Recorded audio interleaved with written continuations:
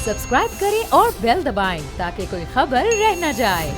Supreme court के तारीखी फैसले के बाद सूरत हाल बड़ी संगीन है। हर कोई परेशान है, सोच रहा है होगा क्या। लेकिन इस वक्त जो इत्तलात आ रही हैं वो यही है कि तहरीक अदम एतमाद दोबारा होगी और वजीर आजम इमरान खान मुश्किल में होंगे। ऑपोजिशन हमेशा की तरह, इस तरह पहले भी नंबर गेम उनकी स्ट्रांग थी, इस दफा भी उनकी नंबर गेम स्ट्रांग होगी।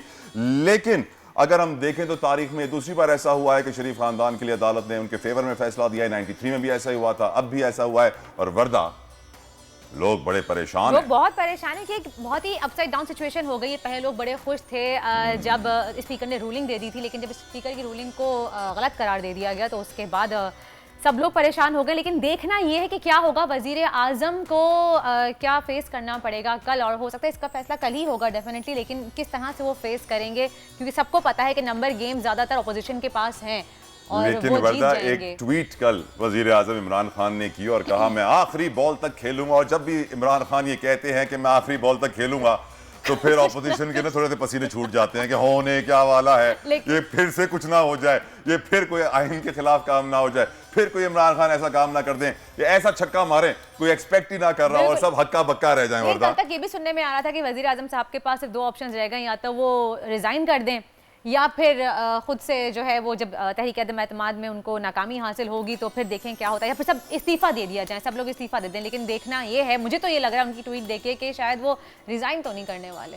आरिफ चौधरी साहब, मारूफ कानूनदान, हमारे साथ इस वक्त टेलीफोन लाइन में मौजूद हैं। चौधरी साहब, thank you so very much for giving us your precious time. मेरा आपसे सवाल ये होगा, आप इस वक्त सिचुएशन को कैसे देखते हैं? बहुत सारे लोग ऑनरेबल अदालतों को तनकीद का निशाना भी बना रहे हैं कि ये कैसा फैसला आ गया। एट द सेम टाइम काफी लोग ये भी कह रहे हैं कि आइन की बालादस्ती हुई है। आप इस पूरी सिचुएशन को कैसे देखते हैं और अब वजीर आजम इमरान खान के पास कौन से ऑप्शंस बचे हैं आपके ओपिनियन में?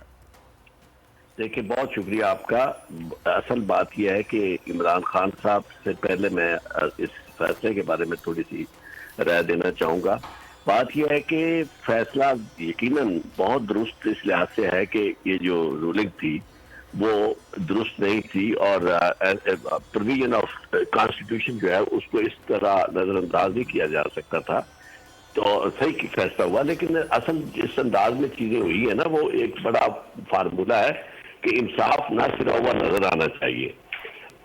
अब एक तो हमारे यहाँ बदकिस्मती ये हो गई है कि इतनी ज्यादा ऑब्जर्वेशन आ जाती है कि उससे तवक्कुआत लोगों ने बहुत लगा दी है। खासतौर पे दो चीजें जो हुई इसमें, एक तो ये था कि ज्यादा जोर इलेक्शन की तरफ था और कोर्ट का, और दरमियान में जो ऑब्जर्वेशन थी चीफ जस्टिस साहब की भी कि हम अगर दूसरी असेंबली को बहाल कर देते हैं तो सड़कों पर एहतजाज होगा, और इसी तरह हम गैर मुस्तहकम हुकूमत नहीं बनाना चाहते, और फिर उसके बाद इलेक्ट कर लेना, और फिर उसके बाद फिर कोई एक और दो बातें जो थी जो सामने बुलाया रोस्टम पर शहबाज शरीफ साहब को, तो तवक्को तो ये की जा रही थी कि उनसे इस तरह की कोई डिस्कशन होती, उन्हें पूछा जाता ऑप्शन के जी आप बता, जब उनसे ये सवाल किए गए कि लिहाजी तादाद थी आपकी पार्टी में इमरान की, तो मतलब उससे तासुर ये मिल रहा था कि भी हम सिंगल लार्जेस्ट पार्टी जो है उसका जिसका मैंडेट 5 साल का है, उसको इस तरह कैसे हम आउट कर दें, यानी अपनी जजमेंट के जरिए। और इसके बाद उनसे पूछा जाता है कि भाई आप तो सिंगल लार्जेस्ट पार्टी नहीं है, तो आप अगर आना चाहते हैं तो मुश्किलात है, इसलिए आप तजवीज दें कि कब कोई इलेक्शन का रास्ता निकालें। आप सबने इलेक्शन की बात की थी, लेकिन इसको बिल्कुल नजरअंदाज कर दिया गया और जनाब इलेक्शन की कोई बात। दूसरी इम्पोर्टेंट बात जो नजर आई वो ये थी कि जो इसके हाउस के अंदर अपना अदालत के अंदर बहुत सारी ऐसी चीजें देखी गई जिसमें लोग ज्यादातर उन्हें परेशानी हुई। खासतौर पर ये जो हमारी सुप्रीम कोर्ट बार के प्रेसिडेंट का वक्त से पहले ये कह देना कि जी सारे पिछले ताने धो देंगे, और भाई आप कौन होते हैं अदालत की तरफ से इस तरह की यकीन दहानी कराने वाले।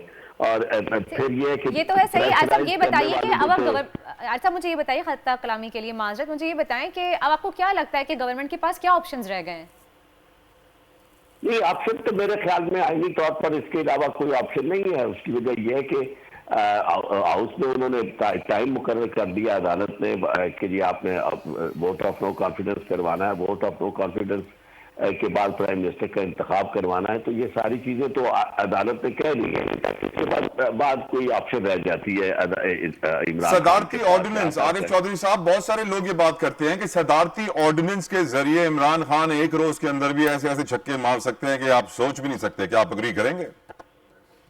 देखिए, ये छक्के तो फिर गैर आईनी छक्के होंगे और इसमें मैं समझता हूं कि उनके लिए भी मुश्किलात होगी और पाकिस्तान के लिए भी मुश्किलात होंगी। उसकी वजह यह है कि अब मेरी राय में तो यह है कि जो भी इमरान खान ने अपना नुक्ता नजर जो पेश करना था कौम के सामने पेश किया, अदलिया के सामने पेश किया, अदलिया पे उन्होंने कहा जो फैसला हुआ हम मान लेंगे। ये तकलीफ बात जरूर है कि एक तरफ 63A जो है उसकी वजात के लिए जो प्रेसिडेंशियल रेफरेंस है वो उसी तरह कर दी गई और उससे पहले ये फैसला कर दिया गया है और यानी बाकी सारी चीजें।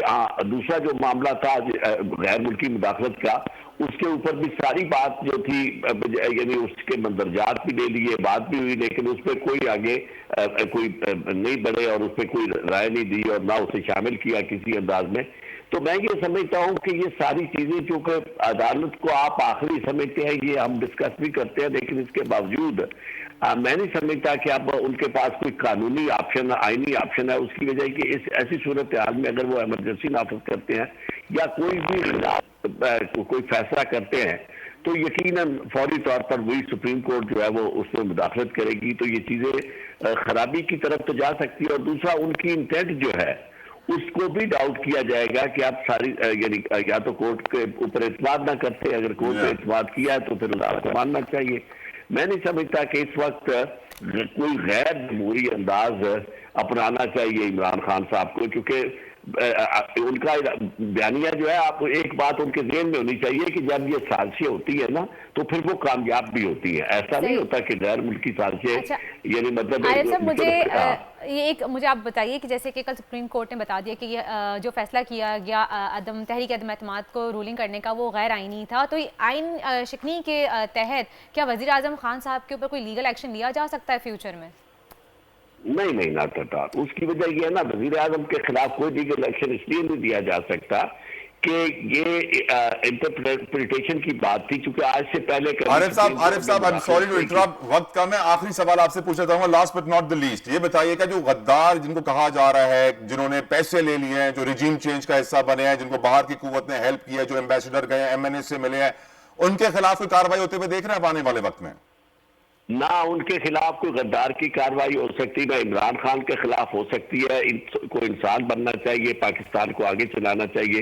ये लफ्ज गद्दार जो है ये बहुत ही ऐसा लफ्ज है जो मैं समझता हूँ कि जिसको नहीं होना चाहिए शामिल किसी की जुबान पर भी, और ना ही इस तरह की कोई बात है जिसमें गद्दारी का मुकदमा किसी के खिलाफ चल सके। लेकिन सर आप बहुत बहुत शुक्रिया आरिफ चौधरी साहब, अपना कीमती वक्त दिया। लेकिन कैबिनेट ने एक जुडिशल कमीशन तश्कील किया है ताकि इसके ऊपर तमाम तर तहकीकात हो सकें इस खत के हवाले से कि किस तरीके से अमरीका रिजीम चेंज करना चाहता है पाकिस्तान में। अमरीकी एम्बेसडर और उनके हुकाम ने पाकिस्तान के मुनहरिफ जो अरकान थे, जो MNA थे, उनसे मुलाकातें की, कितनी बात हुई, क्या पेमेंट हुई, क्योंकि यकीनन बातें तो बहुत हो रही हैं और अगर ये हकीकत है और यही सच है तो सजा भी होनी चाहिए, क्योंकि ये फिर मुल्क के गद्दार तो बनते हैं। अगर कोई बैरूनी ताकत से हाथ मिला के मुल्क के अंदर हुकूमत का तख्ता उलट दे और पैसे लेकर ये काम करे ना के मुल्क की मफाद के लिए, तो यकीनन उनके खिलाफ कानून को हरकत कार्रवाई लेनी चाहिए ताकि किसी की दोबारा हिम्मत ना हो कि हमारे मुल्क में मुदाखलत की जा सके। ये बात तो हकीकत जाहिर हुई भी है कि गैर मुल्की